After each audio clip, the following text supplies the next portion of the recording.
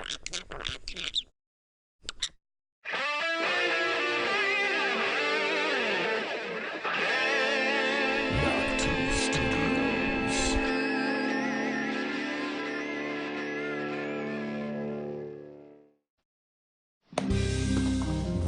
are the sword in the darkness. We are the shield that guards the realms of men.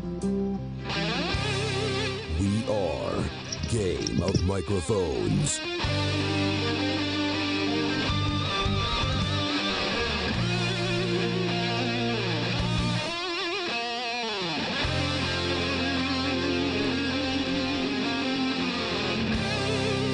Good morrow and welcome to Game of Microphones. I'm Lord Sterling, Sir Duncan the Fearsome, here with my co-hosts, Princess Sarah of House Von Daltrin, Archmaester Stitches from the Luminescent Citadel in the Siren Isle, and Lord Zach of House Bruce. How are you guys doing today?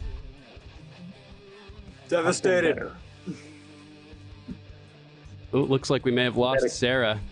You're better, you said? Medicating. Medicating. Oh man, what a rush. Yeah, what a tense. crazy episode. What a crazy episode. I was not expecting Rhaegal to get shot out of the sky there. That caught me off guard. I wasn't expecting to see his fucking brains and blood fly out of his skull. Dude, right? How crazy was that? That was brutal, man. Fucking brutal.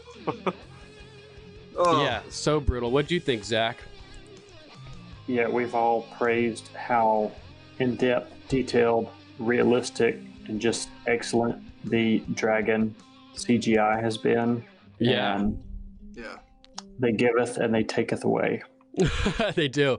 Oh, man. Speaking Talk of... about the 1-3 punch. Yeah, and things that they giveth and taketh away. I mean, what the hell happened with Ghost in this episode? Like, I mentioned this to you before, Johnny. That just lost Jon Snow my vote for King. That is unacceptable. Not even giving him a scratch behind the ears when you send him off to North. If you needed any more foreshadowing that Jon is going to eat it, you got it in this episode. He gave his dog away. Everybody said how much they love him. Right? No one else got that send-off like that. It's like, he's going to do something really heroic. Yeah, what the hell, man? Oh. What was the most shocking moment of this episode for you, Zach? I mean, obviously, Rhaegal getting shot and killed and just boom, boom, boom. And I'm like, what? Oh my God. I was like, how are they reloading their, ballistas or whatever they're calling them? But then it's like, oh my God, Euron has his whole fleet is armed with those things. And they're on these huge freaking things that basically big pan tilt zoom for a huge scorpion ballista. Is like, oh my God, this is horrible. And then they have the same thing on the walls of King's Landing, not just the Red Keep, but those are like the city walls, right? Of the whole city. Yeah. Oh my God. Yeah. It said like the dragons are basically useless at this point, right? I mean, the whole King's Landing is surrounded by ballistas. Got to come in from the top. Dragon defenses. Just straight down from the top. Straight down. You make a good point, without obviously getting to like the midi-chlorians of all of it. But I mean, I wonder how much freaking Dany was paying attention. And I know it's emotional losing a kid, but it's like, okay, if I come in high enough, these things can't get me. Right. So maybe she can dive bomb. Hopefully. Oh man. So Cersei tells Euron that she's pregnant with his child. But if she was pregnant, it would probably be from Jaime, right? So when Tyrion is standing in front of the gates there and he's like, for your child, Euron must be like, how the fuck does the imp know that she's pregnant? If I just got her pregnant after they were all gone, that should be a red flag to Euron that she was already pregnant. You know what I mean? I don't. Yeah, but I don't think Euron would give a shit either way. Right, as long as I'll claim it as mine. Yeah, exactly. I don't think that dude's long for the world anyway. I really don't. I think that guy's definitely going to eat it pretty quick. Not after killing a dragon. I mean, yeah, Daenerys is going to fuck him up. They had that stare down. She got a good sight like that little motherfucker right there. right before she pulled up. Yeah, I wanted her to like Yeah. break off her approach as she was flying right at Euron's fleet, and then just swoop around, miss all the fire, and then come in from the flank. Same thing at the Exactly. loot train battle. My only Right. issue with the That's what loot I was train thinking. I battle was like, is how quick can come they along the swivel those side. things around backwards without blowing through their sails or whatever? Right, You know? yeah, that's I what my mean, dad said. He was like, you should just fly around and come from the back. They can't turn the ships that fast.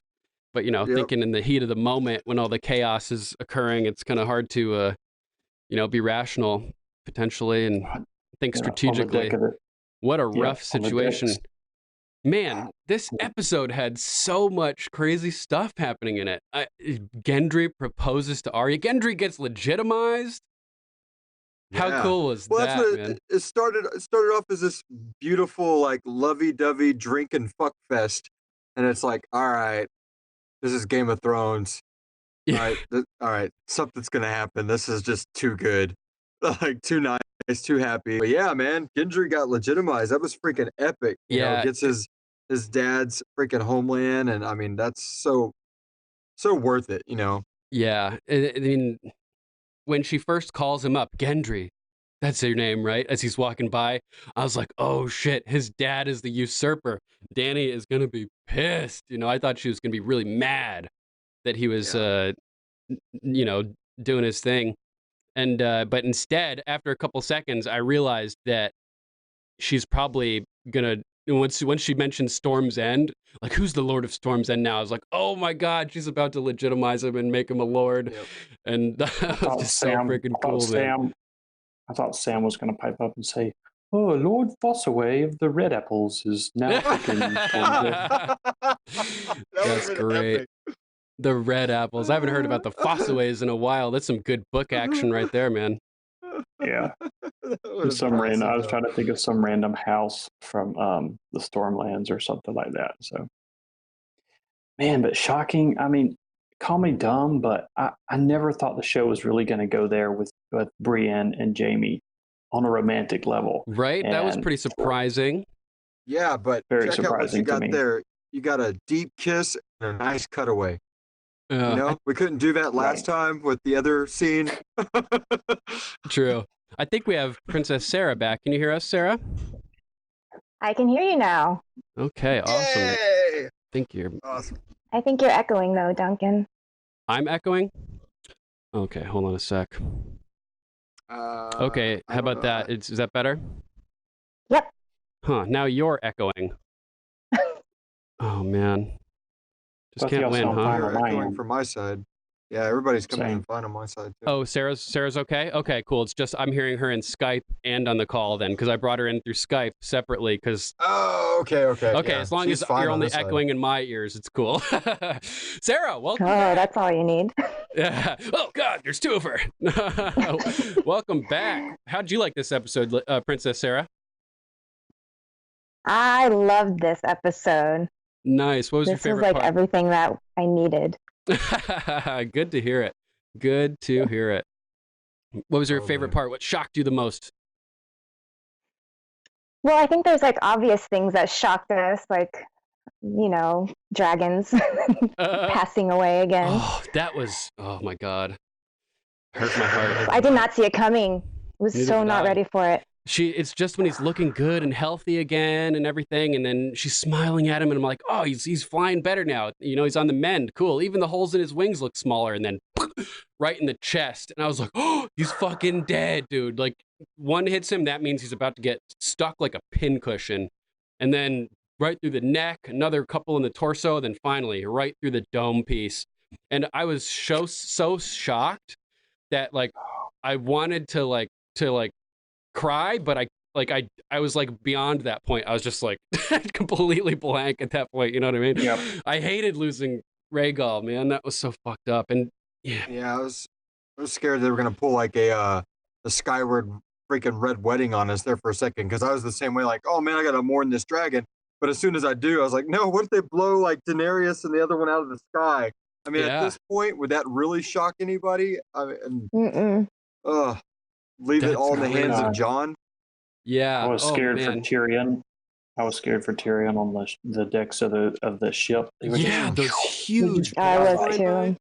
They just like the shredded giant that boat too, man.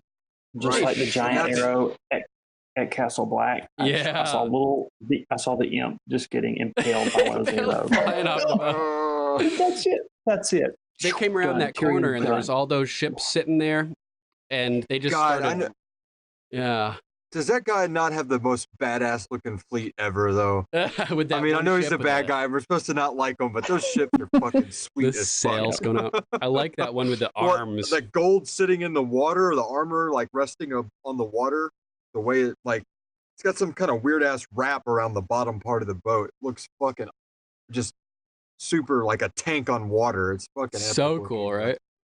Yeah. So epic. And that was being scared for Tyrion moment number 1. I really thought he was about to this is how the Last Jedi was supposed to go down. A bunch of lasers flying through Luke. A bunch of arrows are about to fly through Tyrion right now on screen.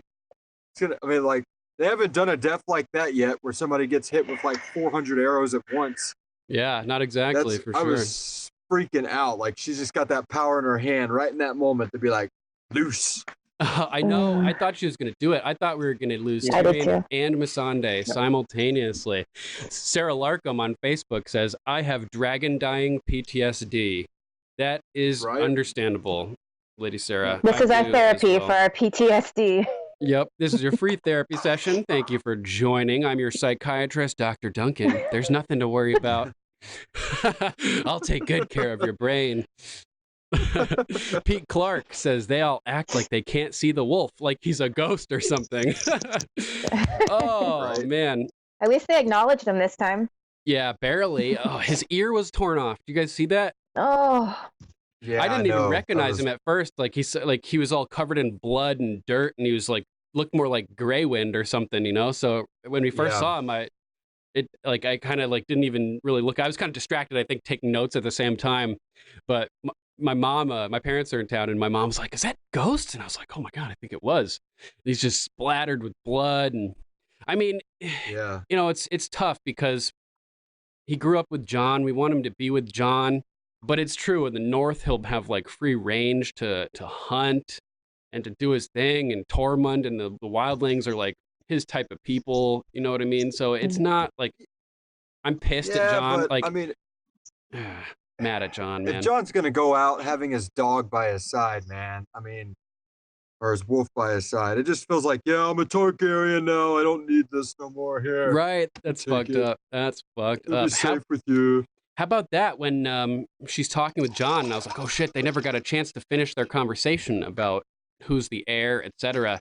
And I was mad at Dany telling Jon to not be who he is, and to hide his identity and not to tell anybody. That's wrong. You can't. She's it won't even matter if you don't want it. People will back you to take what's mine. And it's wait a second. You just admitted that he's the rightful heir, yours. So it's not yours. That you have the problem here. You need to reconcile with reality that it's not yours. And she mentions again that being my rightful throne. I was like, but it's not. You know what I mean? Yeah, that's. Which I think is another thing. I feel like obviously Sansa can't keep a secret. We learned that in 2 seconds. Yeah, how crazy was that? Yeah. She swore to Jon. But how much allegiance is she really going to have to Jon? We've seen them not get along way more than we've ever seen them get along. Yeah, and definitely. It's funny how much allegiance does she have to him. She breaks his word to him for her allegiance to him as the ruler. You know what I mean? Yeah. She's breaking her allegiance for her allegiance to him, which is fuck. Right. And I feel they're of course speculating, but I just feel it's going to just rapidly spread. They already told us that if 8 people know, hundreds of people will know later. And I feel like it's going to get across. It's going to get to Cersei. And that way, when he does die, which I just see happening now. I wasn't sure until this episode, but man, they're not going to waste all that Herschel moment on this guy for no reason. They're just not.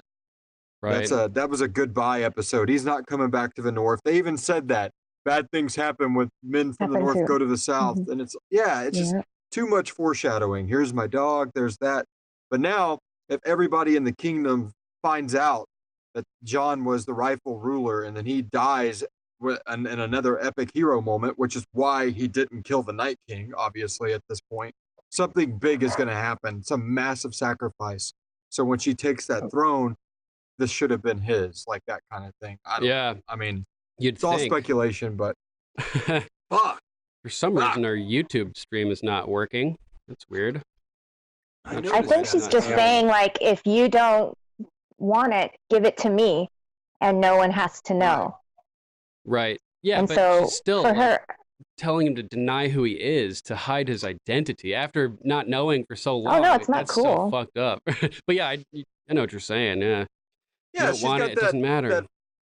And it's mine. They took my dragons in the Tower of the Undying. I got them back. I mean, she just went right back into that. Like I was telling Duncan. Sorry. Burn them all. Just make the red keep. Make the red keep. Is our like stream still going on Harrenhal. Facebook? Looks like we got disconnected. Yeah, I'm looks like seeing it. Hang on. Sorry, my wolf is trying to get in. Hold on.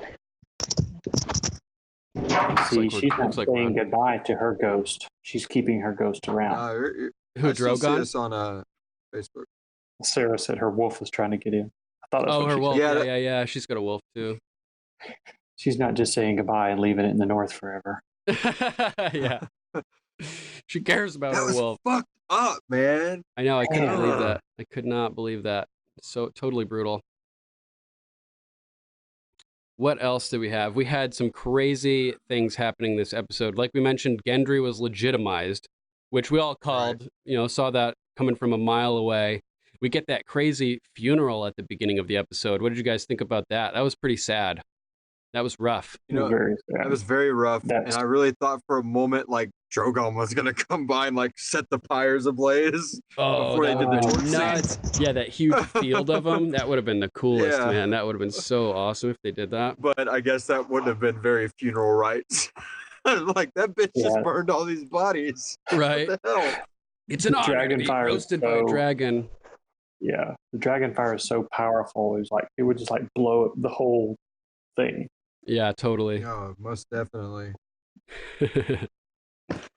Yeah, the Stark. God, that was awesome. The little Stark pin that Sansa put on Theon's, whatever his shirt he was wearing. That was like, oh man.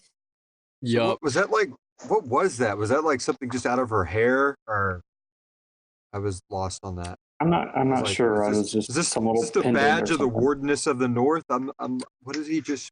I think it's just signifying that she considers him a Stark. Yeah, basically. Yeah. Some type of just like Stark pin that she had, and she's like, oh yeah, it's cementing that he's a Greyjoy, but also a Stark, just like a cool symbolic thing. But yeah, it's just some sort of like pin she had on her.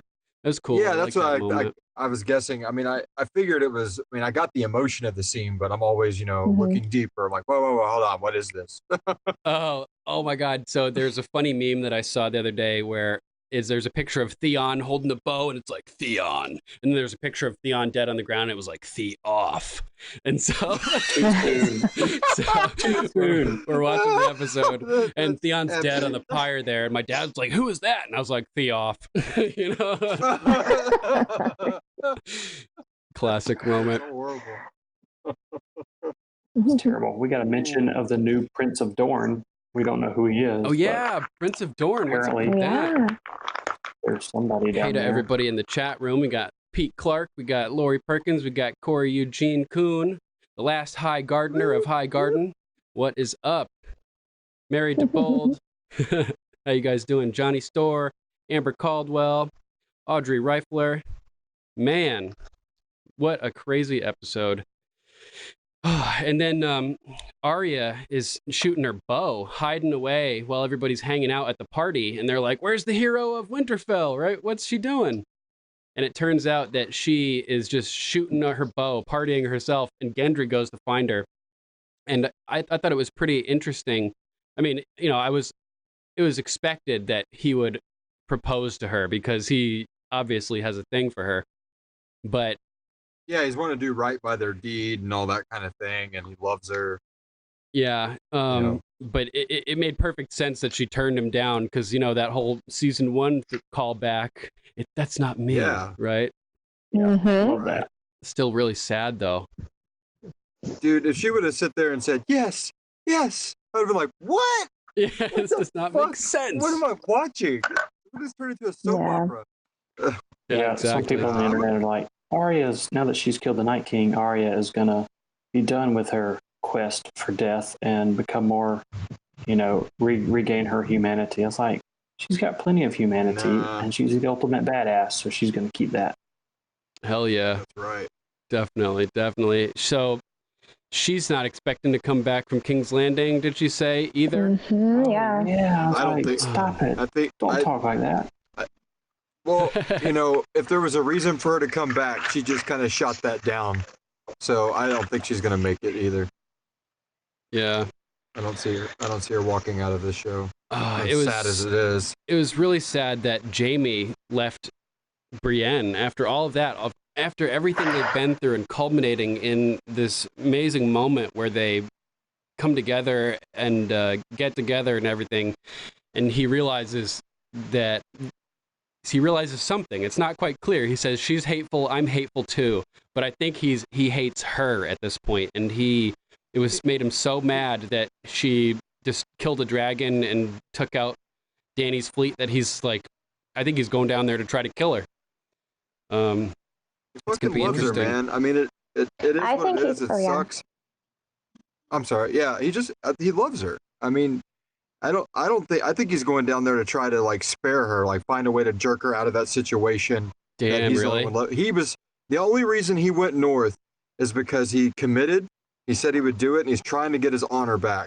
Now that's out of the way. He did his duty, saying he was going to spare them from the realm of the dead. They're gone. But he loves Brienne, you know, like he decided to stay with her, knowing that. But he was laying in bed awake after banging her. Oh, that's true. I miss Cersei. Like, I can't do this. This isn't me. That's fucked. And he's going to go back. I think this is a loose prediction. I think you're going to see some sort of almost showdown between, because he pushed Bran out of a window. So hear me out here. It's pure speculation. But I think he's going to go down there and try to save her. And then we're chipping Aria to come in there and like ex machina this situation. Well, she's already killed the Night King. She's not going to kill Cersei too. Right. I think we're going to see Jaime kill Aria. Kill Aria? Oh man, like that would be crazy. That would be shocking. I know. I know, but I mean, come on. This is Game of Thrones. I mean, it's not like they're just going to like fire roast Cersei, end of show. Yay! You know? Johnny Storr is saying he's mad that Jon didn't pet Ghost before he left. I was mad at that too. That made me or give a bear hug. Yeah, like show some sort of affection. Like we've seen nothing. Like that's one of the things that one of the biggest letdowns of this entire show is the lack of anything with Ghost recently. You know what I mean? Yeah, especially since isn't Ghost the runt of the litter? Yeah. So, I mean, here's this poor dog that was, like, almost left for dead when his brothers and sisters got picked up. And then be abandoned by his family again. Yeah. Yeah, and then the look in that dog's face wasn't like, good luck, master. It was like, what the fuck? Really? Yeah, he was like... He was whimpering. Like, me here with that? Yeah, he was whimpering. Yeah, it was pretty messed up. That guy's gonna get drunk and, like, leave me out in the wilderness. Yeah. So do we think Cersei is pregnant by Euron or Jaime? Good question. I don't even know anymore. Up until this episode, she's showing at least, he was full of shit. But I don't know. I guess she's preggers for real. Yeah, seems so. And Gilly. Hey, Gilly, yeah, that was cool. That was sweet. I'm so happy. I told. Are Sam's Night's Watch vows null and void now that the long night is like over? You know what I mean? Like now the Night King is dead. Are all of the Black brothers released from their vows? Can he like do his thing now with chicks? I think it's more now that the wildlings aren't their enemy anymore. How many Night's Watches left anyway? Yeah, not many. It's pretty much defunct at this point. That's a good point. Brutal. Yeah, they didn't show very build many. A road right by Eastwatch. Yeah, they didn't show very many come down with Ed. So, I don't know. Most everybody that The show's Eastwatch probably got killed, except for Tormund and Barrett. Of course, they escaped. Yeah, it's The possible. show's gonna have some like epic cutscene where like some Children of the Forest pushes one of those blades into Tormund's heart and it just starts all over again. Oh my god, dude, that'd be hilarious. Tormund is the new Night Black. King. He's like, "Ugh." That'd be Poor hilarious. Tormund is so heartbroken. I know, that was funny. Oh, Now, no. we got that cool throwback to the season 2 drinking game of Tyrion's, which was kind of Oh, fun. yeah. And they're all playing, and Jamie's getting drunk. I thought for sure Brienne was drunk there. She was acting drunk, but it turns out she was faking it. Wasn't even drinking. Is that right? Yeah, Yeah. that's what it seemed like. Yeah, that was funny. And I thought it was kind of, it was, I don't know, I wouldn't say necessarily say low blow, but I was surprised when Tyrion was like, "You're a virgin." And I was like, damn, just calling her right out on it. But he's drunk. I mean, True. And Jamie, had a funny line too, where he said, "I've never slept with a knight before." That's great. It's like, that's probably good. It's kind of like reminded me of what Lady Olenna said to Tywin growing up, and being a knight with the squires and everything. You never had any thoughts about any of the boys around you. And he's like, no. Same with Jamie. Never slept with any knights. He'd never slept with anybody except Cersei until this episode, right? Yep. Pretty fucked up that he left Brienne after that. And it was really rough watching her crying when he left. Broke her heart, man. Yeah. Like and a especially three-night stand. Yeah. It's like, especially the whole thing with Brienne is this distrust of men, right? We talked about that a lot on the episode a couple weeks ago, Night of the Seven Kingdoms, where she, like Jamie, finally earns her trust and cracks her shell. And this proves it, that like she was like willing to be intimate with him and like open up herself to him, metaphorically and literally, and he just fucking destroyed that trust. Like he totally this may damage her psychologically as much as any of those past events. Like she finally opens herself up, and then somebody does some bullshit like that. Yep, he leaves her completely jilted, not at the altar, but jilted there. So in Winterfell. Nothing happens for no reason in this show, I feel like. And we got this super, like, hookup this season with all these different people. Gendry and Aria, Jamie. I mean, what if we're talking, like, some future sequel series where you got, like, Brienne's baby and Cersei lives long enough to give birth? And then you have Arya's child. Yeah, that's what my mom was saying. Possibly. Maybe Arya's pregnant now. All these babies are about to happen. They're all going to be, like, the same age. The next generation, now that we've survived the long night. Game of babies. We got to see Hound and Sansa, though. Oh yeah, that was pretty interesting. Finally I was waiting for that. That was a really interesting little talk that they had. He was like, "You've changed," and she took his hand and like was like almost giving him the eyes like she was giving Theon last week or a couple weeks ago. I felt like it was really just an interesting interaction between the two. I'm not sure how to interpret it. What did you guys think about that? I think the Hound's going to live, and I think obviously Sansa's going to live, being way up in the north for the rest of the series. And I know that everybody has been, but there's some sort of, I don't want to say like they're going to get together, but I see him returning back to Winterfell after it's all done, like, or back up there after he kills the mountain, and I hope that happens. I don't want to see like this weird ass stalemate where like they take each other out or some bullshit. I'm hoping that doesn't happen. Like, I'd really like to see the Hound make it through this. I do too. Because he gave that smile when she walked away, and that was like, why did they pan in on him for that? What is the purpose of that except for this is someone nice? I really got a lot of feelings for her. I want to come up here and protect her. Well, like you said to Aria, I I should have fucked her bloody when I had the chance. So he's obviously thought about Sansa before in like a more intimate way.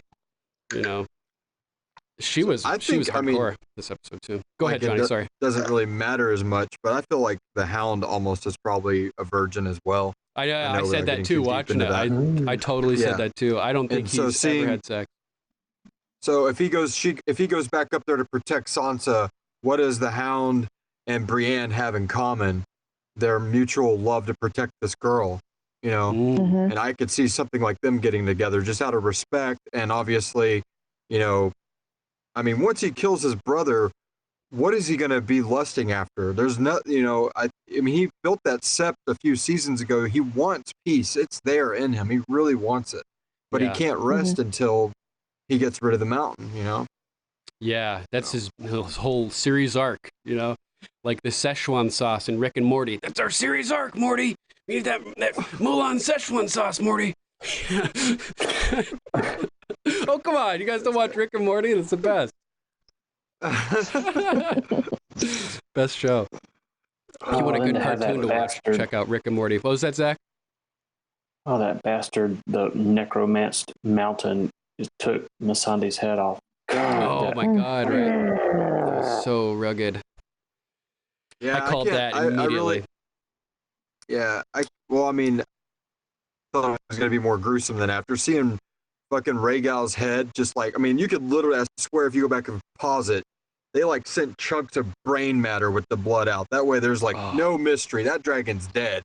Yeah, you know? And I felt like if the dragon was that brutal, what the hell is the mountain gonna do to Missandei? Is he gonna just like thrust that sword through her chest and then like squeeze her head or something? I'm like, what? You know, so I split her right down. The decapitation was rough. Yeah, but at least it was quick. Yeah, I did predict he would behead her, which is just, you know, sort of his style. I just swipe. But yeah, I mean, he is very vicious and brutal as well. Anything could have cut her happened. in half and then kick her off. Yeah, that's what he did to Elliot Martell. Cut her right in half, right? Right. That's what I thought, that we get some kind of callback. But, you know, I mean, it's still, no matter what, it sucks. I mean, I know we're attached to her and she's been with us for a long, long time, but I know that the internet gets all up in arms about this comment, but I'm really, when we got 2 episodes left now, and the body count is not jumping up at all. So I don't see them wiping everybody out in like 1 episode. I mean, they might, but they're not gonna be able to give them enough camera time to do it justice. So I think a lot more people are gonna live than we have predicted in this series. Yeah, it's possible. Johnny, is there any way you can get your mic a little closer to you? I think your volume is just a little bit lower than all the rest of us. Yeah, I can do that. Awesome. What? Yeah. I mean, Tyrion's a G though, walking straight up to Cersei like he never even cares. Yep.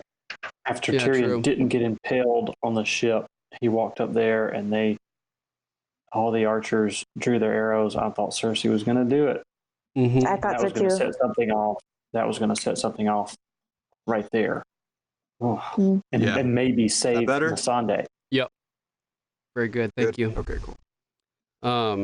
Yeah, man. This was so many crazy things happening here. Like you mentioned, Tormund was so sad. It was really sad to see Tormund sad after Brienne. Oh yeah, she's all embarrassed and about being called out for being a virgin, and she stands up and like, I have to piss. You know? I thought it was very unladylike, you know, which I just thought was pretty funny. And Tormund went to go follow her, and Jaime stands up and blocks him. That was pretty funny. I liked how Brienne called him out too. You sound rather jealous.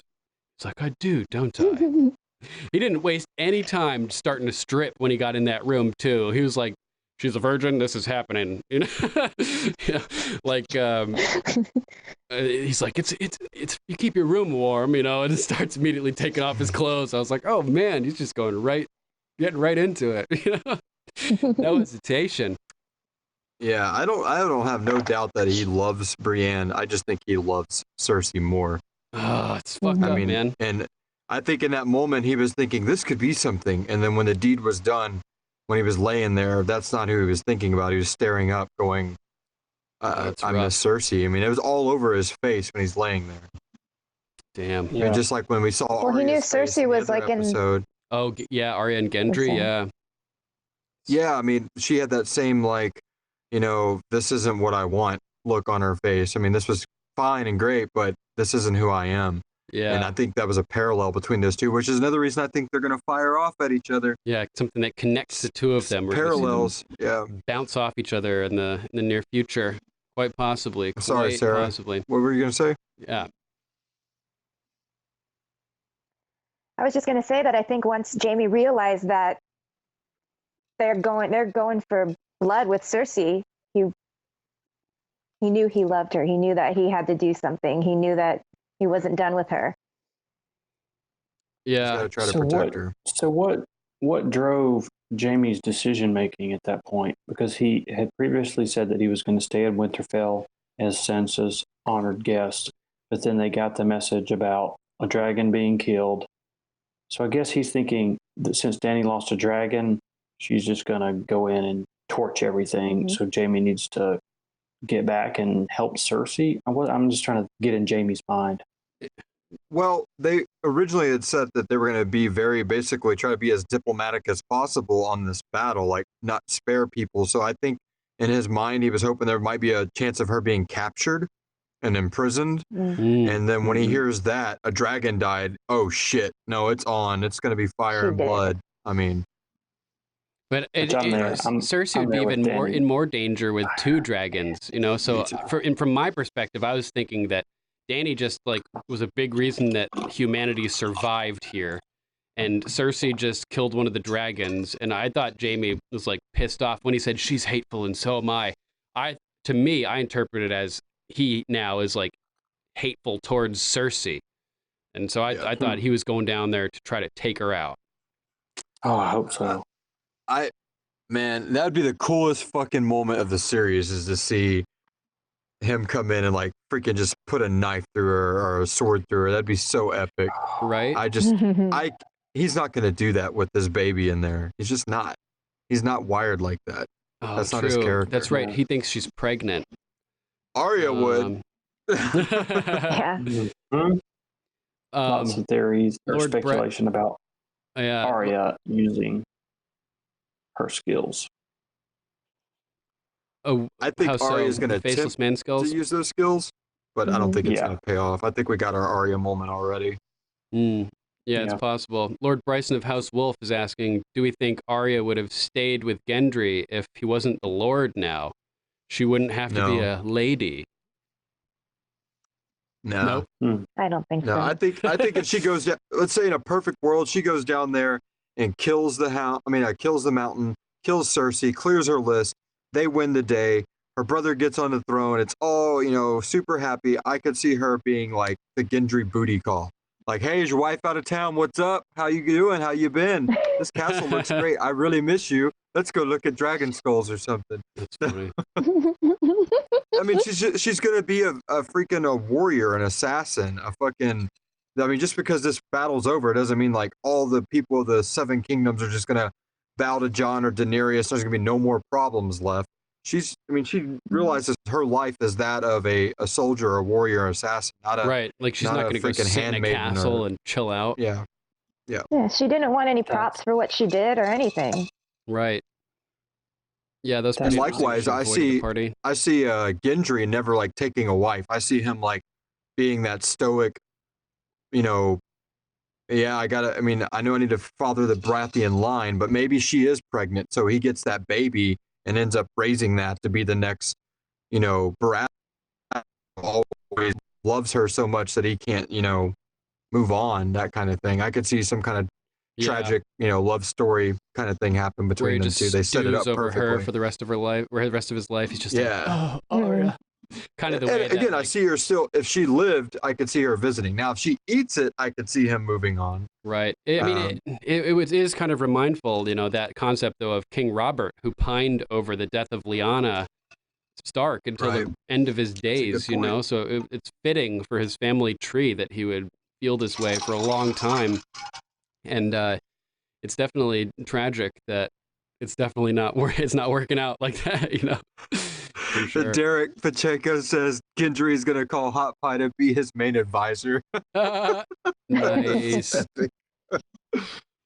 That's good.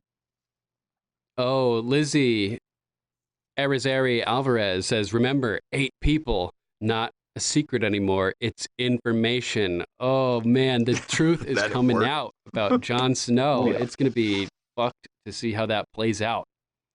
Well, I think we know where Varys is standing now on the whole thing. Yep. Yeah. That was Pretty whole intense. lead up to season 8. I was like, does Varys have some, I kept saying treachery in reference to Dany. Does Varys have some treacherous role yet to play? And I mean, Sir it Patrick looks like would he's say backing yes. Jon. Exactly. Sir Patrick, he must be like, God, tinfoil, put it on. All the tinfoil. But he's backing Jon because he thinks Jon will be the better ruler and thus better for the people, better for the realm. So that appears to be the beginnings of a rift inside of Jon v. Dany. Yeah, it sucks, man. Bummer for sure. Yeah. But you can't expect Johnny anything less Storr from wants Varys. us He's to- always been that way. Yeah. Oh, Johnny Storr says, I guess talk about Varys that he's a traitor. Yeah, but he did tell her to her face. You know, he was like, I swore that if I had a problem, I would tell you to your face. And he did. So I was really proud of him there. Because we were wondering if he would like go behind her back to, you know, to do this kind of stuff. If he did end up having a problem with the way she was leading. So at least he stayed true to his word. But I do feel like he's probably going to start backing Jon or something. Yep. Or he's going to release the information. True. Send it out with all those little Cersei birds. or someone. Oh, we man. all know that Varys knows, he calls it, he says it's not a secret, it's information. And his whole thing is information is power. Yep. Well, yeah, and he also, they made the foreshadow that hundreds of people will know this, like, soon. Yeah, definitely. So, Then I mean, thousands. yeah. I like. I mean, do you guys think that? Go ahead, Johnny. Sorry.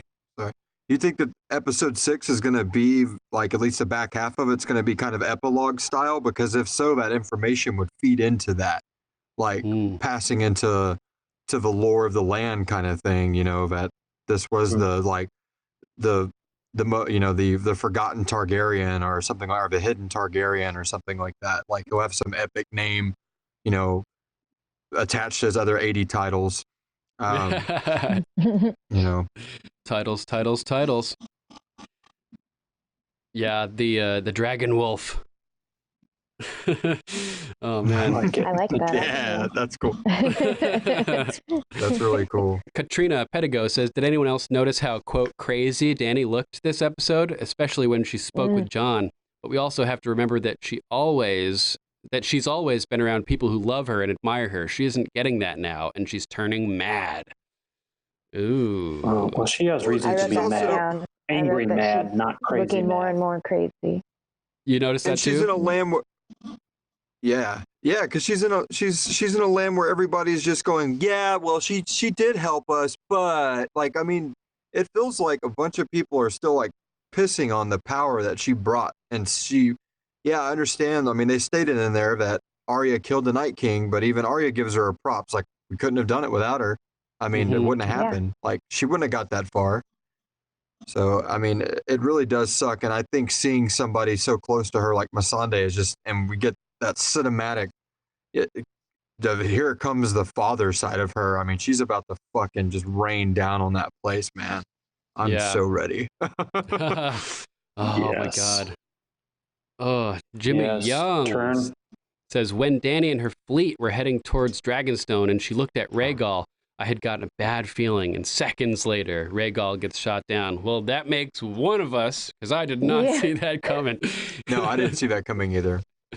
I thought, honestly, when they kept showing the holes in his wings, I thought, oh, they're foreshadowing that in the final battle, he's going to, like, not be able to, like, maintain altitude, or he's going to easily, I thought he was going to get taken down, like, during that battle, because when she sees him kind of fly off the cliff there in the very opening, when we first see the dragons, he kind of stumbles a little bit before he gets his footing. And it's like, they're like showing that he's weakened, you know, he's really tore up. So I thought that that's really what we're going to get. I had no fucking clue that he was going to not just get killed, but get killed the way he did. I mean, just bam, bam, bam. I mean, it just kept going. It hurt. Oh, It was so rough. that hurt. Yeah, I did not like that. Because that's John's dragon. That's not the dragon that was named after the D-bag Viserys. That was Rhaegal. Yeah. That was John's. Rhaegar's That was dragon. John's mount. Oh. Yeah, it's not okay. It is not So okay. Cersei has always been at the top of my list of people that got to go, but Euron keeps climbing higher and higher on that list. Mm-hmm. Most definitely. So rough, man. So rough. How do you guys Yeah, feel I about mean, Bronn? Oh my God, Bronn. Jeez. Oh. I think Bronn was pretty smart in this episode. I didn't like it. I did not like it. Like his He's attitude. playing the odds. But yeah, He's playing the odds, He's man. handling it very strategically. He's like, listen, I could fucking kill you both right now, but I'm gonna go into hiding because you're gonna give me Highgarden. You know, did I say that before? Bronn for Highgarden? I think that was Yes. what I said, shouted right? that at my wife. I go, Duncan was right. Look at that shit. Bronn for Highgarden. Yeah. Yeah. I was like, that fucking called it, Duncan. I was like, that was badass. Thank you. Yeah, and the crazy thing is, Bronn and Jaime talked about Highgarden right after the Lannister army defeated Highgarden, and Right. Jaime's like, "Oh no, the Dragon Queen could sweep in and take it from you, so just leave it be for And now." I think in the previous episode, that's what you and Rachel were, I think, talking about. And then you're like, wouldn't that be cool if Bronn got it? You know, like just kind of. Yeah. Even a broken clock is right, you know, every once in a while. But will he get it? That's the question. I mean, I think he's still got it. I think that he's still going to show up. Like, I don't think he's done. Like, Bronn? I think there's Redeeming some stuff? hero in him that we don't know. Yeah, I think so too. I think they're misleading us on purpose Mm-hmm. Yeah. Yeah. because he loves maybe. both of them. Speaking about misleading us on purpose, let's talk about last week's episode just for a second. The Viserion thing with Jon yelling, go, go, go. What do you guys think about that? I want to know because I've heard so many people poo-pooing the theory and then other people who are like, yeah, it's like, it makes perfect sense. What do you think, Johnny? Down there? Honestly, I'm a Star Wars fan, so I think everything happens for a reason, and I'm on the go, go, go wagon, but the logical side of me is still trying to map that out in my head, like where she got like the berserker. You know, I mean, what is the distance between the gods would? I mean, we saw the dragon was guarding the doorway to it, but we also saw on the map how massive that area is. Yeah. I mean, we've seen her move quick, you know, when she was running from the waif. I mean, she was hauling ass. So, I mean, that felt like 10 minutes, but really probably if you clock that screen time when she's running through that market, she's hauling ass. And we really don't, you know how Game of Thrones is, like how long was that dragon welling up before it was going to let go on Jon, you know, and when did that moment happen versus the impact of the blade? Like I hope that it's intentional, that it comes out later that like, no, man, that was Jon like sacrificing himself so Aria could go. I agree. So what about you? I'm on the go, go, go bandwagon. What do you think, Zach, down there? I don't know. Over here. I'm pretty skeptical. I mean, I don't have you were talking about, you were listening to it on your super duper mixer headphones. The only reason I said that was because so many people were like, oh, he doesn't say it. He doesn't say it. And I'm like, dude, I freaking hear it. You know, captions are wrong all the time. Yeah. I mean, when Lyanna was whispering to Ned, they did not show us what she said. When Peter Baelish handed the girl a coin and she said, sorry, your time's up, they didn't show us what either of them said. So it's precedented that they use subtitles to throw us off from the truth. Yep. No, that's absolutely true. I mean, I've listened to it, 4 or 5 times, and it just sounds like he's yelling. So I'm not saying it definitely didn't happen. I'm just very skeptical. Sure. And we didn't get any confirmation about it. We didn't get Aria say, hey, thanks for distracting the undead dragon. Yeah. I thought it would have been funny if Aria was like, oh my God, I never would have been able to get to Bran if you hadn't distracted that dragon for me. Thank you so much. Yeah. I can't believe you saw me. And he's like, I didn't see you. Like he was just killing himself. That would have been hilarious. Everybody's right. Yeah, totally. Yeah. What about you, Princess Sarah? What do you think? there. Well, I hear go, go every time I watch it, but I wish I would have just seen him look over or do something right before. I like it. It helps me get through the Some episode kind a of little head better. moment from him. Yeah, I just wanted to see, like, when he was back, I wanted to see his eyes move, and I've tried to kind of, like, will it to happen still. I feel it makes so much story sense, though. I mean, like, that sacrifice, he's been busting his ass to try to get through that doorway for, like, the last few minutes, and he sees her just fly out of, you know, the main hall across the battlement, the tops of the roofs or whatever. Oh, shit, she could do it. You know, I don't know. Yeah. I mean, it's... People are saying, like, he doesn't know she's a faceless man, but we don't know that. You know, things happen on screen, off screen. Yeah. You know? Yeah. But let's get back to this episode. Or, yeah, sorry, speaking go ahead, of this episode, well, it's a good segue, because this episode, we've been asking ourselves, do Sansa and Aria know? Has Bran already told them? We found out, no, Bran did not. Yeah, that was interesting. So that was kind of nice confirmation of that. Right, we had speculated that Aria had said when she hugged Jon, don't forget that you're our family too. You know, that she knew he was a Targaryen, which would have given it like a narrative weight, because she knows, and she's like, you don't know yet, but when you find out, don't forget. But apparently, like, what the fuck was she talking about? If she didn't know he was a Targaryen, why the fuck would she say that to him? All right, so I got a little qualm with this episode on that. I know that they obviously, like, writing 101, I write a bunch of scripts for my thing, and you don't ever want to over-explain something to somebody or tell the audience to listen to something they already know. But damn it, why did they cut away? I wanted to see those reactions so bad from the sisters. I was like, what? No! Yeah. I know, my wife's on the couch freaking out, like, why did they cut away from that? I'm like, because they don't want to tell the audience the same thing twice, but that's stupid. I want to hear it twice right now. We want to see their reactions. We kind of saw Sansa was just standing there looking at the dragons as they're flying, you know, thinking about Jon like he's one of them. And I couldn't believe that she broke her, like, she swore a vow, you know, she broke it so quick. Damn. But in her defense, and everybody knows that listens to this in my comment, I am not a Sansa fan. Never really have been. Even though she's a redhead. Like, I still, yeah, fake redhead, as you say. But even though outside the show, not Sansa Stark's a real redhead. Not Sophie Turner. There we go. yeah, there you go. Anyway, but I've always thought there's something dark about her coming that we don't know, and I will give her props in this episode. I think she dispelled that, and by doing that, it was because she broke that lie. Because she's like, what if someone's better, Tyrion? Like, Tyrion, you're smart, you're manipulative, or you can get in there, you can talk sense to people. We need you right now.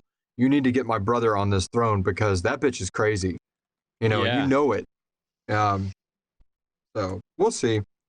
We will see. I mean, I was surprised that Jaime almost got himself killed by Bronn. You know, like, all he had to do was keep his mouth shut.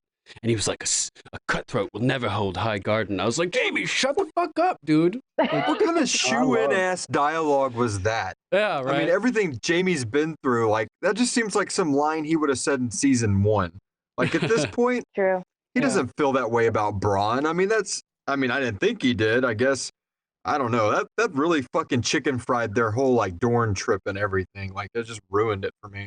Right. Yeah, but I love that Jaime stood up to him after he socked Tyrion in the nose. Oh, yeah, Jaime that's true. Yeah, I love that. Yeah, exactly. He stands up for his little brother, even though he's at a serious tactical disadvantage with the, you know, busted hand, and Bronn's got the freaking crossbow.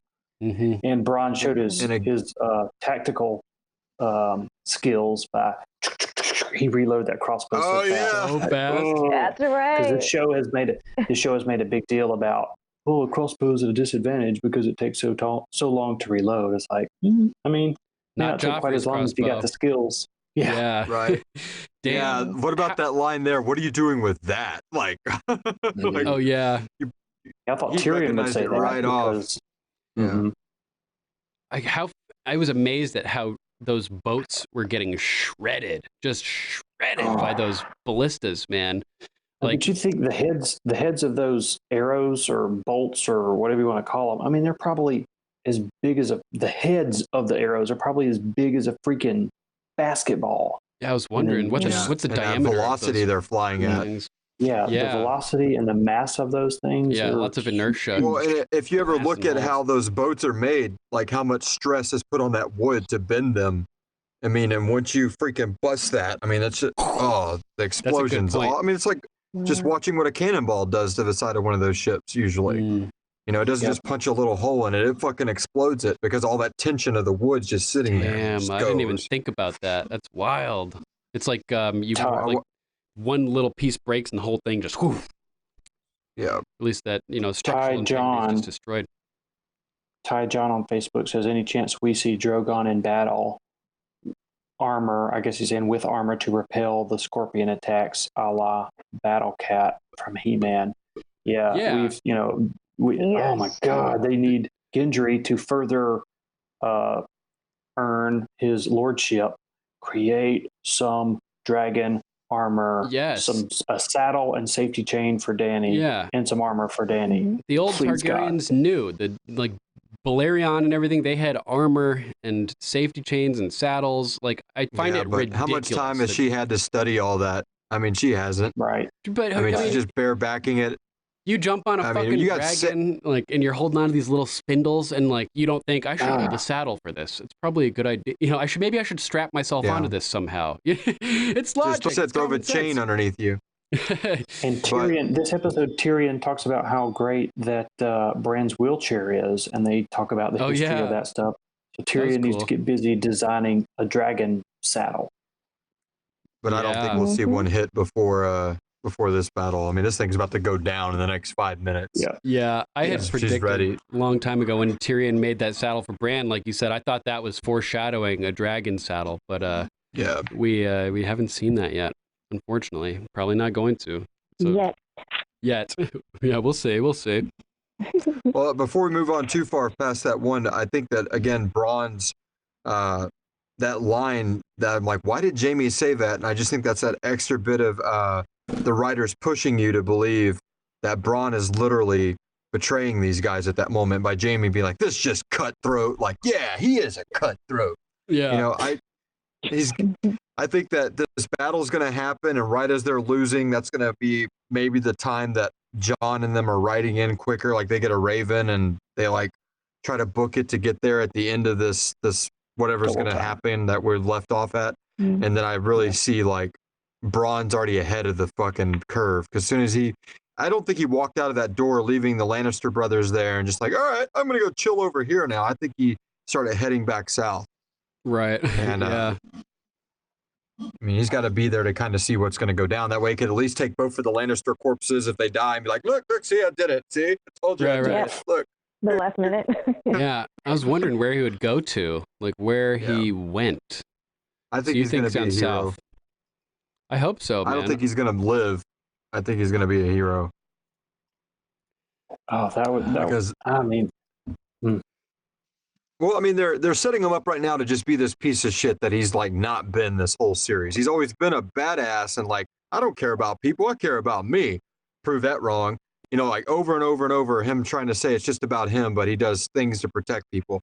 I don't think he's reached his limit on that. And as good as writers that are on the staff for this, there's no way they're just going to take this character and just kick him right to the curb here at the end. I mean, if they do, that's really, they just did it to Ghost, so maybe they will. Never mind. Too soon, sucks. Man. Too soon. Ouch. Ghost. Johnny Store asking about an episode name on Amazon Prime. It still just says Game of Thrones 71. Interesting. I just looked too. Well, last week we did the HBO Go app. Oh, yeah? There. That's what I looked on. Yeah. I looked on HBO now. And it's not there yet?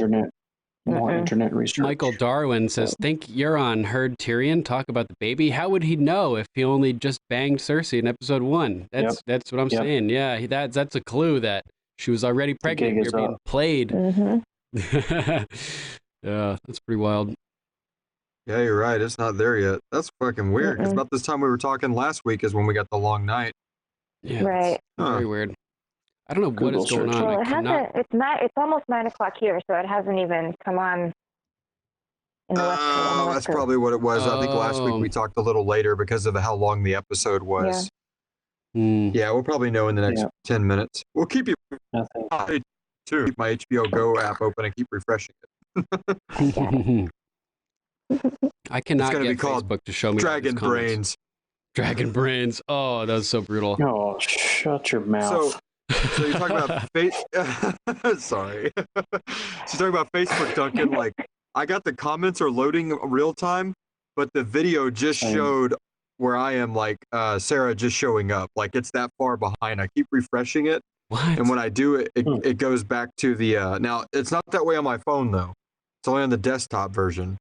It's really weird. On desktop, I'm caught up now on desktop. Yeah, on my mobile version, I can see us talk, like, there's a couple of seconds lag, about 15 seconds lag, it looks like. But when I restart the live stream on Facebook, it starts off with the stream coming soon or stream starting soon thing, and then it just starts over. John really weird. Shoank is asking about Nymeria in the chat. You guys think we're going to get to see Nymeria this season? Yes, they have to bring her back. Sir, Aria comes riding into King's Landing on Nymeria. Hey, well, I don't know about all that. I mean, they're going down the King's Road going south. They're going to go back through that area where she first saw her. I mean, that could happen. Wolf country. Totally. Oh, Sarah Larkham says perhaps Dracarys will be the name of this episode. Maybe, but epic. We didn't get any actual Dracarys action. True. Oh, man. Or it's going to be called Pregnant because we got the confirmation of Gilly and Cersei by their baby bumps. Knocked up. Yeah, there you go. It was so sad that that Missandei got killed. I mean, the whole time we were all expecting Grey Worm to be killed. When they're zooming in on the kiss outside of Winterfell and Grey Worm goes off to battle. And we're like, they're talking about going to Noth after the war ends. And we're like, fuck, Grey Worm's dead. And we're all thinking that because he's the one that's going out to fight, right? But they switched it on us and made Missandei get captured. That was shocking, man, when we saw Missandei be captured. And then I had that feeling when they showed them, like, looking at each other on the ship. They were kind of, they looked happy. And I was like, oh. Yeah, exactly. The Last of the Starks. Yeah, Shay Yap says the episode is called The Last of the Starks. Oh, that's cryptic as hell. That's ominous. Wow. Super ominous. Yeah. I'm trying to remember when that phrase came up in the episode. It was when they were all talking. Aria? Wasn't it Aria? When they learned the truth, I think. When the gods went, we're the last of the Starks. I've never been a Stark. But I'm not a Stark. Now the chat's working. Confirmation by David Nutter 2 minutes ago, the last of the Starks. Dude, you called it. You said, we'll probably know within the next 10 minutes. Live in. Great impression. That's exactly how I sound. Oh, man. Corey, the last High Gardener of High Garden, says, my very own Red Woman just got home, so gonna go watch again. Thanks, GOM team. You're welcome. Thanks for joining us live, brother, and thank you for joining us on Patreon. If you guys want to support the show, now is a perfect time. Everybody just donates $1. GOM will be here forever. And this production costs a lot more than it makes, so I encourage you to support if you'd like to. We'd appreciate it. Thank you, guys. Yeah. Podcasts are not cheap. Yeah. What else happened? What are you guys thinking about? How about Sansa and the Hound? Irizarry Alvarez. Okay, go ahead. I wonder what Dany told Jorah when she was whispering in his ear on the pyre, I think. Yeah, interesting. Fuck you, I'm sorry. She kind of said goodbye and whispered. Oh, she also mentioned that the intro sequence was updated to show the destruction of Winterfell, which I noticed that. I missed it because I was hopping out of the shower and rushing. And did you see that the tiles, they were blue and then they fade back to like a blackish looking color? No way. Mm-hmm. If you look at the tiles coming from the wall, they start off blue and then like right when they got around Winterfell, they like lose color. So I was like, oh, shit, like the whites are gone. But they still made a path of destruction, but that's where it stopped. So that's kind of cool. Mm-hmm. Sarah Larkham says, I love you. To who? To us. We love you too, Sarah. Thank you. Sarah, down under. And in Australia, mate, right? Righto. Aye. Thanks for listening, mate. Tormund? Tormund had a fantastic episode. Just all the drunken revelry and sloshing. I was just spilling shit everywhere. Yeah, I'll do it right now. He's like, oh, just fucking spill water in honor of Tormund. Why not, right? Fuck it, dude. Oh, that's awesome. I love Tormund. Are they going to go back? Well, yeah, he said that he was going to take him through Castle Black. So I was wondering if he was going to resettle the gift or if he was going to go north of the wall. Since there's no threat up there, might as well go north of the wall. Yeah, that's what I was thinking. I think he meant he was going north of the wall because he said, we're going back home to the real north, you know, and John's like, this is the north. So if he's not referring to the north as we know it, he's got to be talking about the real north, you know, beyond the wall is what I would assume.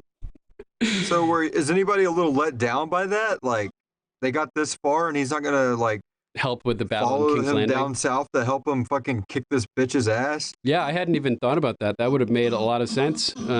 Too bad that he didn't decide to do that. But maybe... I mean, I don't know how much of the wildlings are left, if it's just old people, women, and children at this point. I mean, I'm sure a ton of them got slaughtered. So maybe it's like, man, if any more of the men get killed, we're extinct. So I got to go back. I just wish it would have been more phrased like that. You know? Right. Yeah, I'm just I think that's what he was getting at, but... Yeah, keeping a running tally of all the different players that could come back and be the Gandalf ex machina. Yeah. Savior in a dire situation. Knights of the Vale, they're always a candidate. This new Prince of Dorne, Yara and her fleet, the wildlings now. Yeah. Braun ex machina. So, Sarah clarifies. Sarah Larkham clarifies. She doesn't love us. She wasn't telling us she loved us. She's saying Danny said, "I love you" to Jorah. We still love you anyway, Lady Sarah. Anthony J. Aliquin has a prediction. Before Cersei has killed Qyburn, turns her into the Night Queen. LOL. Oh my god! If you could figure that shit out, dude. Because he's got magic behind him. Fucking push that through her chest. Yeah, he jams her with the dragon glass. Fucking awesome, dude. How cool would that be? Yeah, that'd be so funny.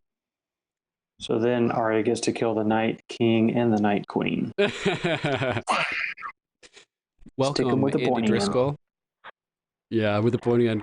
Oh, man. I liked how when Sansa was talking with the Hound, and he was like, if you'd left King's Landing with me, none of this, none of that would have happened. Ramsay, all that madness. And she's like, if none of that had happened, I'd still be a little bird, which is true. I would have stayed a little bird.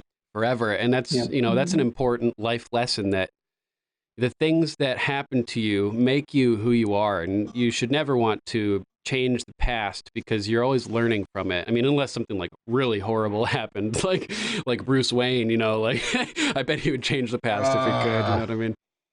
I love how you got this Sirenicide stuff all over the place, Johnny. Yeah. They're trying to make it a little bit nicer in here, more presentable.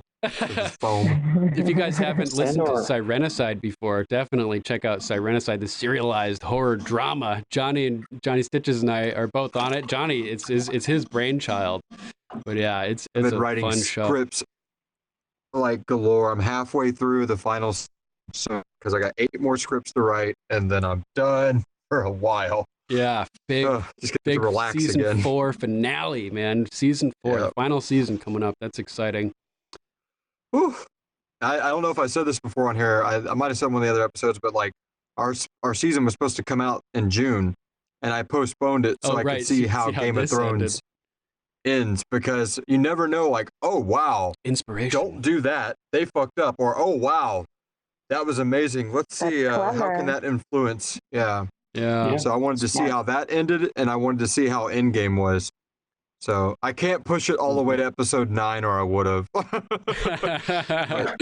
So speaking of Tormund and his fun this episode with the sloshing and the drunken, stuff, he had a funny line to Jon. He's talking to, I don't remember what the context was, but he said, "You weigh as much as 2 fleas fucking." And man, when they were at that big celebration afterwards, Tormund's all drunk and they're all like reveling around Jon about what a badass he is, how he survived death and became a king, and he's earned the respect of the wildlings and all this. And much as Dany has been alone and isolated throughout her whole life, I noticed that during this celebration, she was sitting there by herself. You know, Jon is surrounded with people. Tormund is partying. Jaime and Brienne are doing their thing. Davos is hanging out. Tyrion's hanging out with Jaime. By the end of it, Dany was just sitting there alone, you know, with Varys just kind of lurking in the background like Uncle Fester. So, literally. The bald head, right? So that was pretty interesting. It's just, it was sad seeing her, you know, having that feeling of isolation and nobody backing her, just witnessing it and knowing the truth about Jon and seeing them follow him and backing him. It sucked, but you know, it was interesting. Sabrina Cruz is speaking in the chat saying, I'm hoping they follow the Valonqar prophecy. And that would be really cool. And welcome to the chat, Sabrina. Awesome to have you here. Sabrina is the lead singer of a great band called Seven Kingdoms. That's epic, dude. Oh, So yeah. this is cool. already Ghost. This is already a thing on Twitter. It says, "Give me this spinoff, Tormund and Ghost." Yeah, that would be an awesome spinoff. That's a great idea, dude. We could get Hound and Aria too from their trip back from Winterfell down to cool. King's Landing. Yes. But I want to mention Sabrina's band, the Seven Kingdoms. You guys need to check out her band. If you like metal, if you like Game of Thrones, awesome metal band. Check it out. I've played their music on our show before. The Fire is Mine, I think the song is called. It was about when the dragons are born and only death can pay for life. I'm getting goosebumps just thinking about it. It's a really good song. You guys should definitely check that out. Thanks for joining us, Sabrina. Yeah, Ghost is definitely missing an ear. Yeah, most of an ear. Most of his I ears missed that. shoot off. Ugh, yeah. He was all scratched up down the side too. Yeah, it's amazing Like, that he survived. Yeah, out in the thick of it, like running up at the front lines, growling, snarling, and jumping into the fight, and then he didn't return with Jorah. I was really, really worried that he didn't make it, but knowing that he survived is amazing. Basically, how the hell did he survive? Yeah. Sarah Larkham, Tormund mentioning a madman or a king to Jon, while Dany sitting alone with a forced smile. Ooh, yeah, it doesn't necessarily bode well for Dany. I'm not comfortable with this rift that's forming between Jon and Dany. I don't like it. I don't like her. I mean, it's to be expected, you know. So like they had to have this drama here. It was all leading up to it, but still, it's not comfortable. You know? Yeah. Hey, before we go too far, Jon is not accepting the. Oh, sorry. Oh no, I was going to say if she could just link the band in the comments so we can give it a like and follow post a link in the comments for Seven Kingdoms, Sabrina, if you want. And if you want, I'll be glad to share stuff on the page too as well. If you got a new song or something, that'd be great. I'm curious now. Oh yeah, Johnny, you'll love it, man. For sure. For sure. What else is there that you guys want to talk about from this episode? Sandor is really not okay with the ant stuff. With Dany being his auntie? Oh yeah. You think that's what it was? And it's like he kind of realized. That's not what I was about thinking. that. Like, was it the guilt over like what's gonna happen, like trying to be passionate, or was it just the you're my aunt? I don't remember the context exactly, but I thought it had something to do with her attitude. He does pull away. He's just like, Yeah, very interesting. I'll have to watch it again. Yeah, I thought it was the whole situation. I think it's a combination of it. The reason I bring it up is because Amy, my wife, she said the same thing. She's like, "Oh, he's like, it's his aunt, like it's hitting him, kind of thing." I'm like, "Is that it?" That's how I saw it. Yeah, and it might be because later on we get the exposition between the two. True. Between Varys and Tyrion. Tyrion, like, well, they've been doing it forever. Never stopped but Targaryens not in the north. before. Yeah, but he grew up in Winterfell. Is it common for people to marry their aunts in Winterfell? But it doesn't seem like too out of place because Lysa Arryn had suggested that Sansa marry Sweet Robin. So it could, be like not too taboo. Jesse Blair. Hey, crazy, Jesse. though. Jesse says, did y'all notice how Bran snapped his head around and looked at something while talking to Tyrion? And at the same time, I thought I heard a crow call.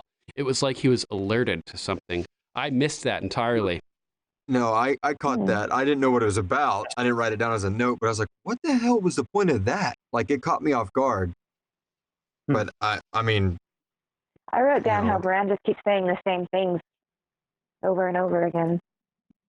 I'm no longer he's a one-note character for sure at this point. Like, Yeah, Sandor he did kind of show a hint of emotion. I'm sorry. Go ahead. You're good. Sandor was no holds bar in his conversation with Sansa. He said, what'd he say? I heard you got broke in. Yeah. And he said, I heard you got broke in. Bro. I was like, oh, come on, bro. Damn, dude. But that's what he does. He tries to push people away. I mean, he's true. And when they don't go, that's just his way of trying to see if they really do care about him. Because the shooter went, you know what? Fuck you, and walked off.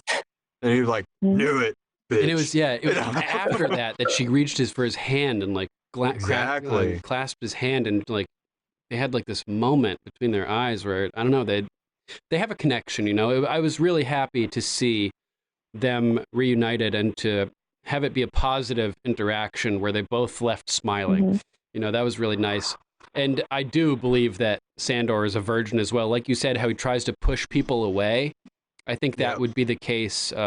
Like that I don't want to say whore because I don't think she was a whore, but that girl came up, the one takes Tormund away, and then she's hitting on the Hound, and he's like, get away from me. It was pretty funny.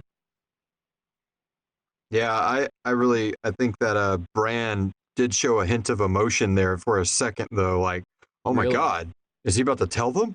His eyes kind of widened a little bit before he gave the nod to go ahead.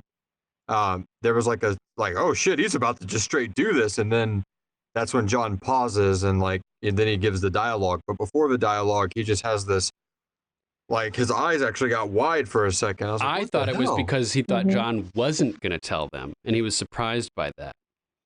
I thought that leading up to it, like Jon was like, I'm not a Stark. And he didn't continue, and Bran was like, really? You're going to just stop right there? You're not going to finish that thought with what you really are? And he kind of like is, and then Jon looks at him, he's like, it's your choice. I thought he was surprised he didn't tell him yet.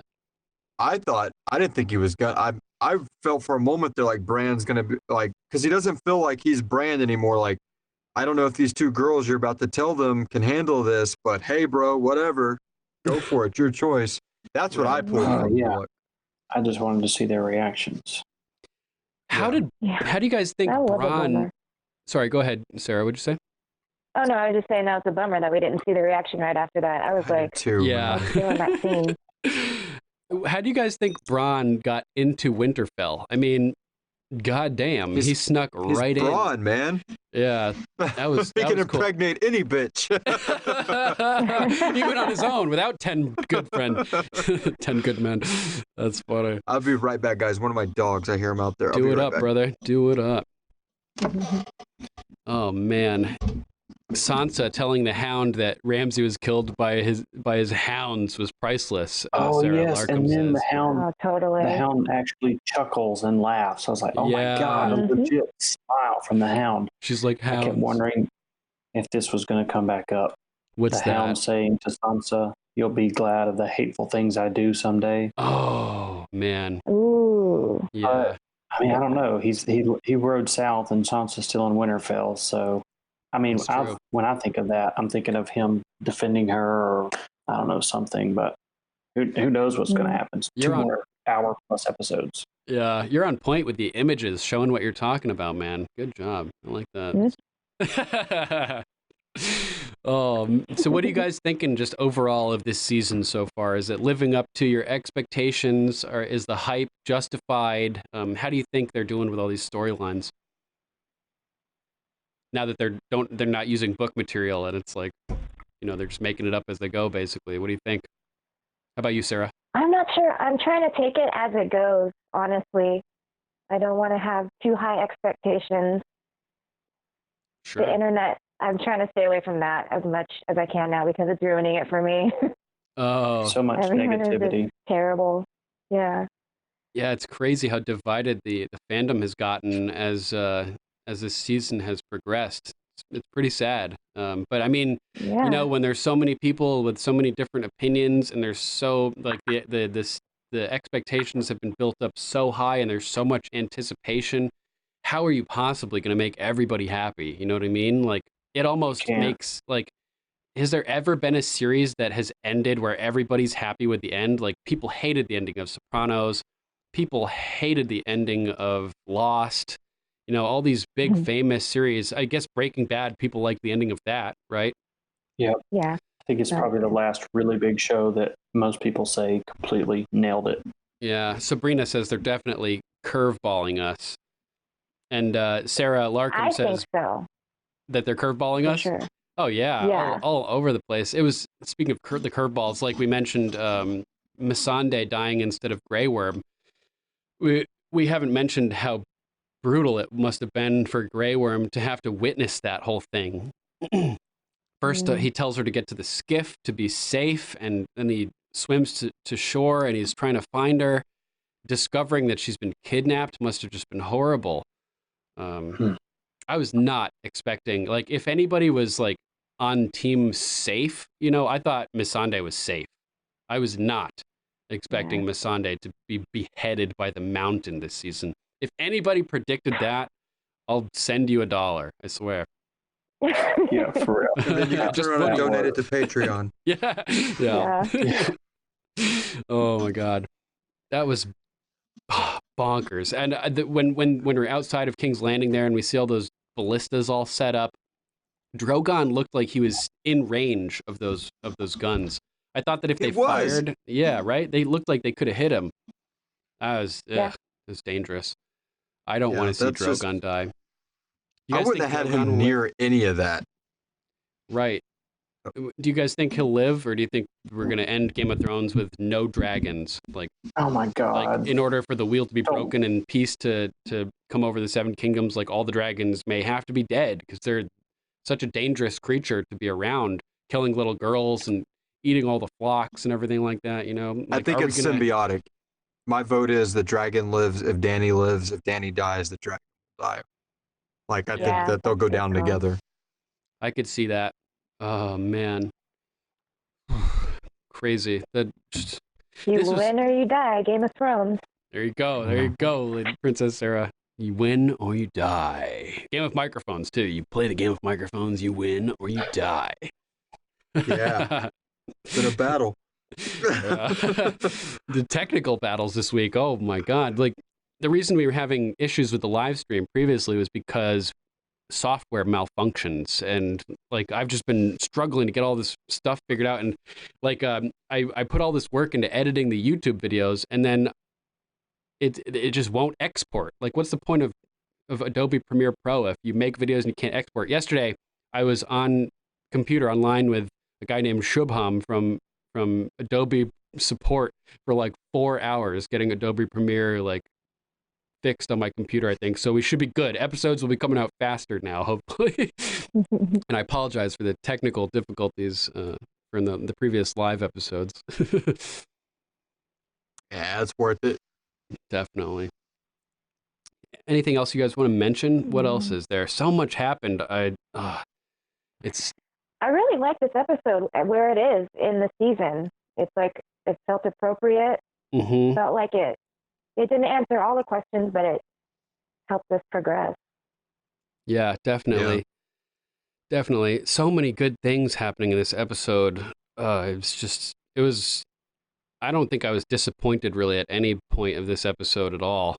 Everything was so good. Like, just starting off with that scene with the funerals and like all those huge pyres over everywhere, and just the scale of it was so impressive and just intense. Well, it started off as this drinking and fucking fest, and it ends being one of the most tense episodes we've had in a long ass time. Like, heart rate up. I mean, we just went through that massive battle last week, but I think because there was so much going on at once, you got chances to break, like the little library scene. This one went from like just like this to boom. I mean, your heart rate just shoots up and it doesn't go back down. Really? Like, the moment that dragon dies, it's like, full fucking throttle. It's like just, oh my God, what am I watching? What are they doing? It's like the Red Wedding all over again. PTSD. What are we doing? It was totally. Game of Thrones, as man. Soon as Tonight was got killed, I was like, we're not safe. We're not safe anymore. This is everyone. It's open now. Open game. Right, and Dany starts diving on Drogon down towards Euron's fleet, and you see that every one of those ships has those ballistas on it. I was like, "What are you doing?" Like, oh, why didn't they let him go at that moment? Why would they have not just shredded her right there? They tried. They just boom, boom, boom, all missed him as he. There was a lot. Careened off. No, I mean before she pulled back. When they hit Rhaegal. The stare down. I guess they were like, no, we can't fire until Euron does. But like all those other boats, I would have just been like, fuck it. I'm going to end this war right now. Yeah. Like if I was one of the other guys, abandoned one of the other ones. Yeah, hit that. Because his boat wasn't the only boat with one. Yeah, they all had him on the prow. Yeah. Bill killed Daenerys. Who's Bill? Sarah Larkin says, if Drogon dies, Dany and Cersei have lost all their children, which is an interesting parallel between the two. That would suck. Yeah. Unless Dany's pregnant, but if she was pregnant, like if Jon got her pregnant, she's been bouncing around on that dragon a lot. Like it's not good for that fetus. You know what I mean? No, you can. It's Game of Thrones, man. You can drink. You know, you can do whatever you got to in this universe with a baby. Doesn't exist in Westeros. Exactly. Our rules of anatomy do not apply. Yeah, genetics as well, as George has discussed before. Yeah. I'm not a big Sansa fan either, but I think she was right about in the library discussion about the army and the forces and the battle plan is like everybody needs, I was like, let's call it a fortnight. Yeah, time to recoup a little bit. Recoup, regroup. That was tense too. That scene. Yeah, that was a good scene. And she's 100% right, because when you see Cersei all lined up like that, she knew it was going to happen. Like as soon as we kill that dragon, they'll be here. I mean, they're playing right into their game, just like they did with Ramsay and everything else. Exactly. Yep. Yeah, nailed that. Good comparison. What else is there? Anything else you guys want to mention? I'm just worried about Sansa a lot. Worried about what? I'm worried about Sansa. I'm worried she's going to do something very bad. Sansa? Mm. Oh, yeah. Yeah. I'm right there with you. There's something dark coming. Yeah. Ooh, Dark Phoenix. That's scary. Yeah, Dark Phoenix. Did you see that? Is that out yet? I don't know. No, I just referencing the trailer and all. I'm not that excited about that movie. Yeah, I thought it was fitting that Davos was the one who stood up to give a toast to Gendry when he was legitimized, which was a really cool moment. Yeah, it's like return of the Baratheons. He just loves Baratheons. Yeah, he does. Yeah, Davos saved him. Davos saved him from Melisandre and Stannis' crazy machinations. So, what is the status of Davos right now? Because he's not the hand of the king anymore because Jon has bent the knee. So he could just go with Gendry and be like, here, I'll be your advisor at your castle. Oh, that's such a cool idea, man. I have no doubt that that's going to happen. Like, the next spinoff. That is going to happen. I'm backing your call on that 100%. Davos has always been with the Baratheons, and he has a personal connection with Gendry. Jon. Yeah, he saved him. Yeah, like Tyrion says, he doesn't anticipate Jon being in the North much from this point on. I mean, was Davos Jon's hand? Was he named Jon's hand? Yeah. Oh, right, but he's not king anymore. All right, yeah. Derp. So, yeah, I see Davos going to Storm's End. He did the most epic intro ever when he was his hand. This is Jon Snow, king in the North. Yeah. I think that was one of the things that shocked Jon when he was talking with Sam and learning the truth. He's like, the whole shebang, Lord, protector of the realm, all the titles, and Jon was just like, I can't handle it. I'm just the king in the North. What's Davos going to do when he hears about Missandei? Oh, God. That's true. He was smitten with her, remember? Yeah, things have changed around here at Dragonstone. Yeah, that's really sad. Yeah, I think we should have a moment of silence for Missandei for like 5 seconds, just out of respect for Missandei. And Rhaegal.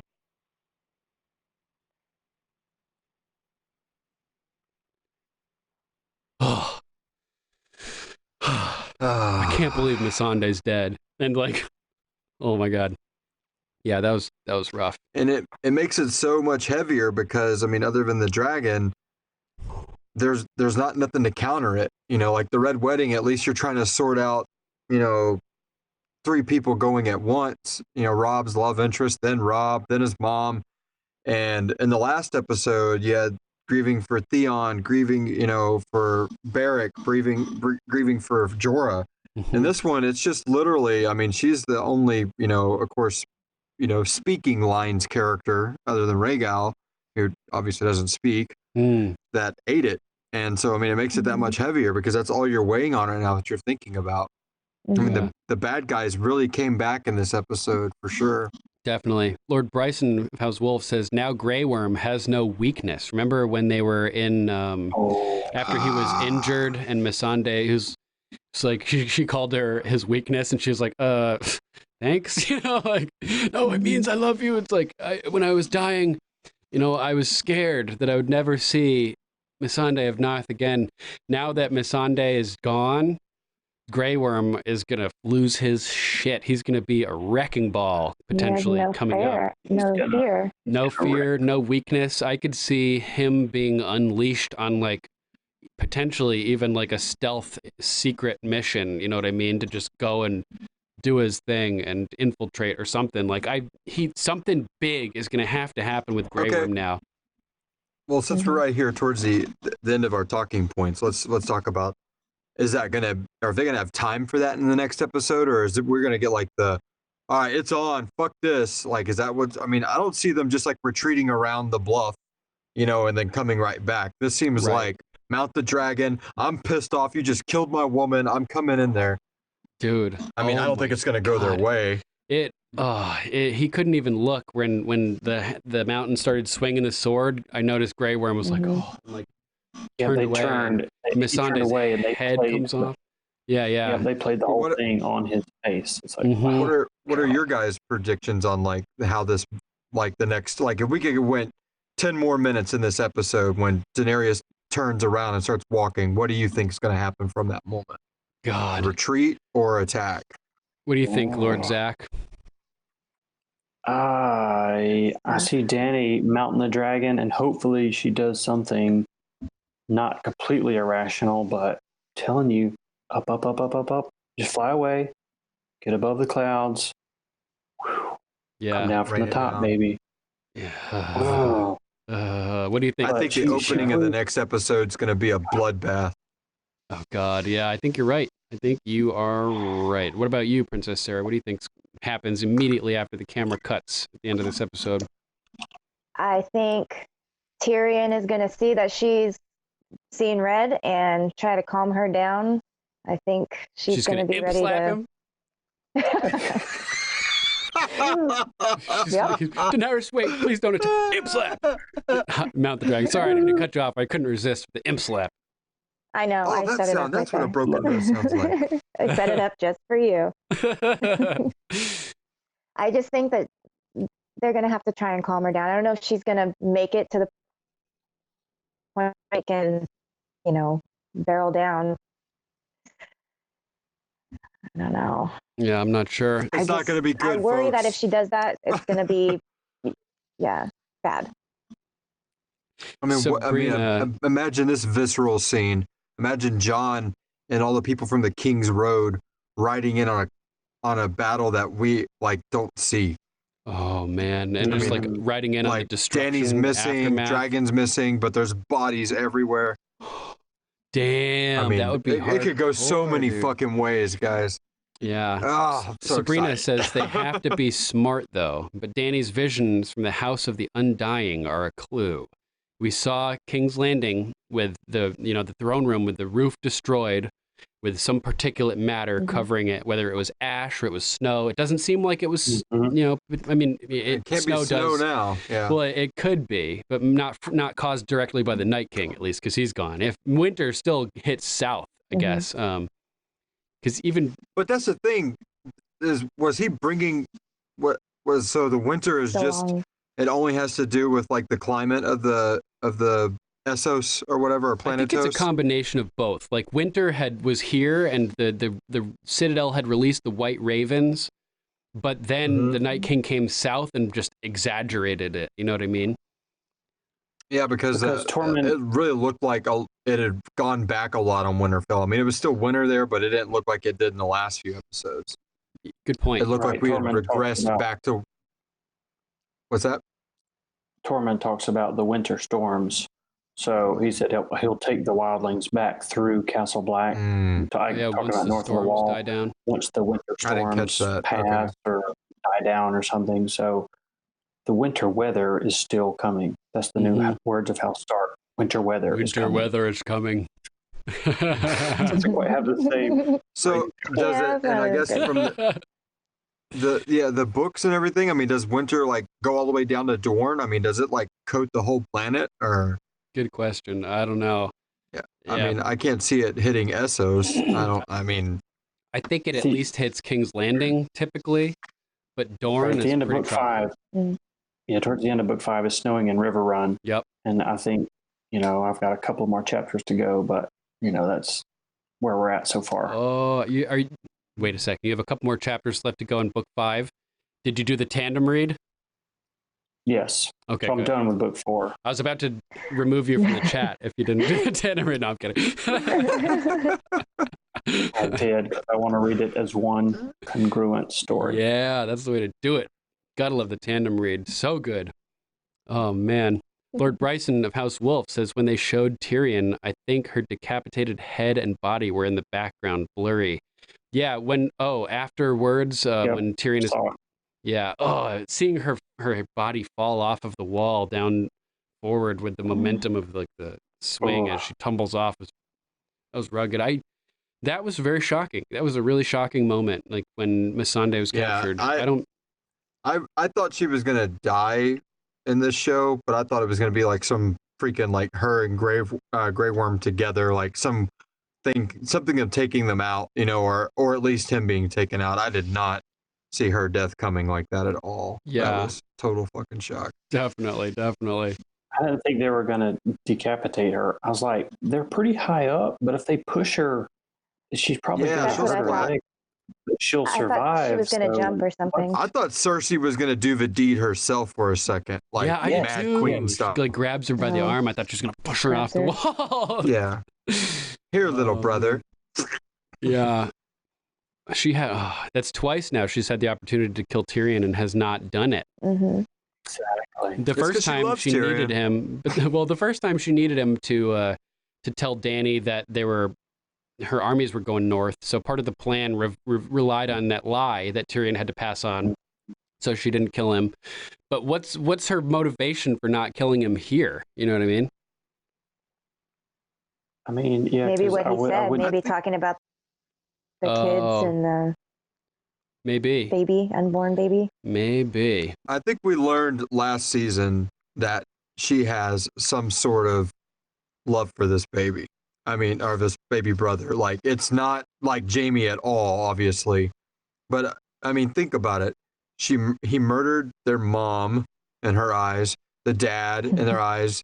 But why can't she? I mean, we talk about him, getting his cock pinched by her and all that, but why didn't she just stick a fucking pillow over him at that point? Right. She could have. She could have offed him in the crib. I think she still has feelings for him as a Lannister and as a family, and she knows that he always loved her children, and so she's got respect for somebody like that. It's just not in like a clear-cut, concise way, like come beyond.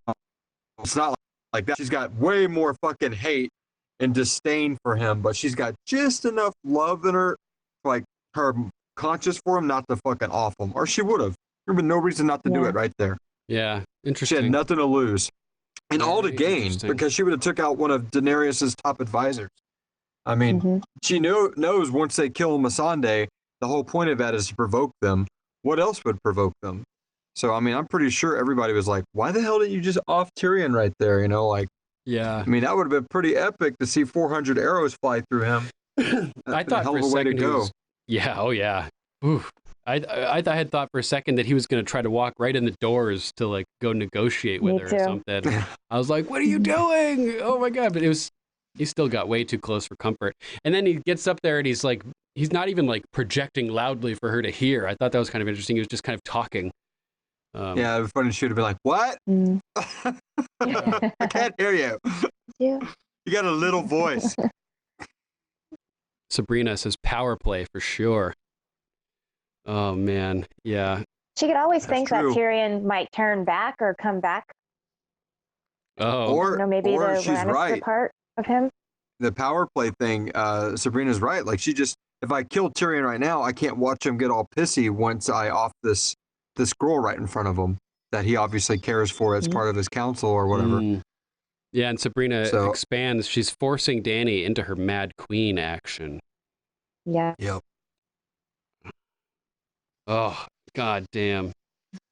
That was good, guys. I gotta have to call it though. Sounds good. Anybody else have anything to add, or should we wrap it up? I don't think I can't really think of anything else right now. I think we're good.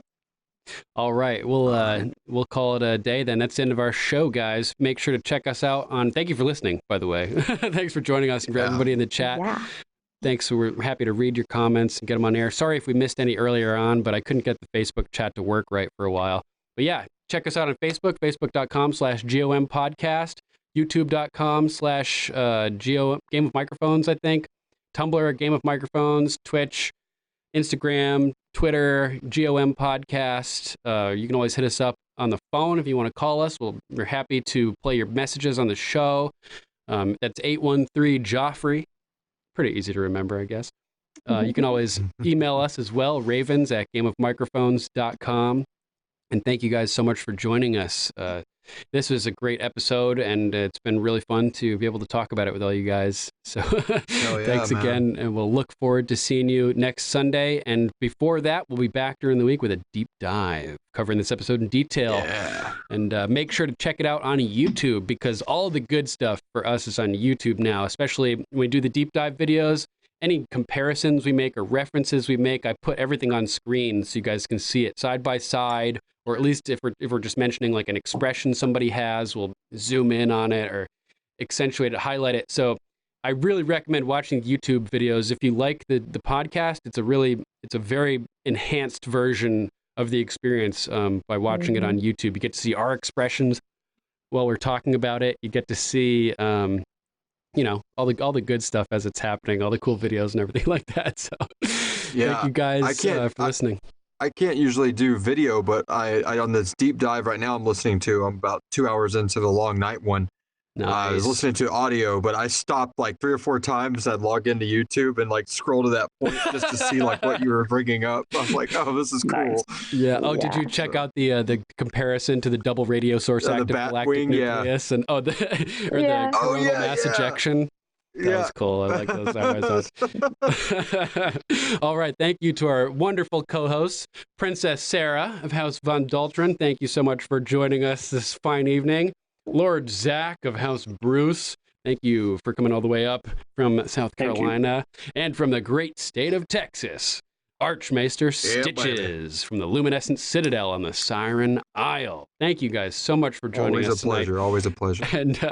And we will see you all very soon. Thanks for listening, everybody. Bye-bye. Bye. See ya. See ya.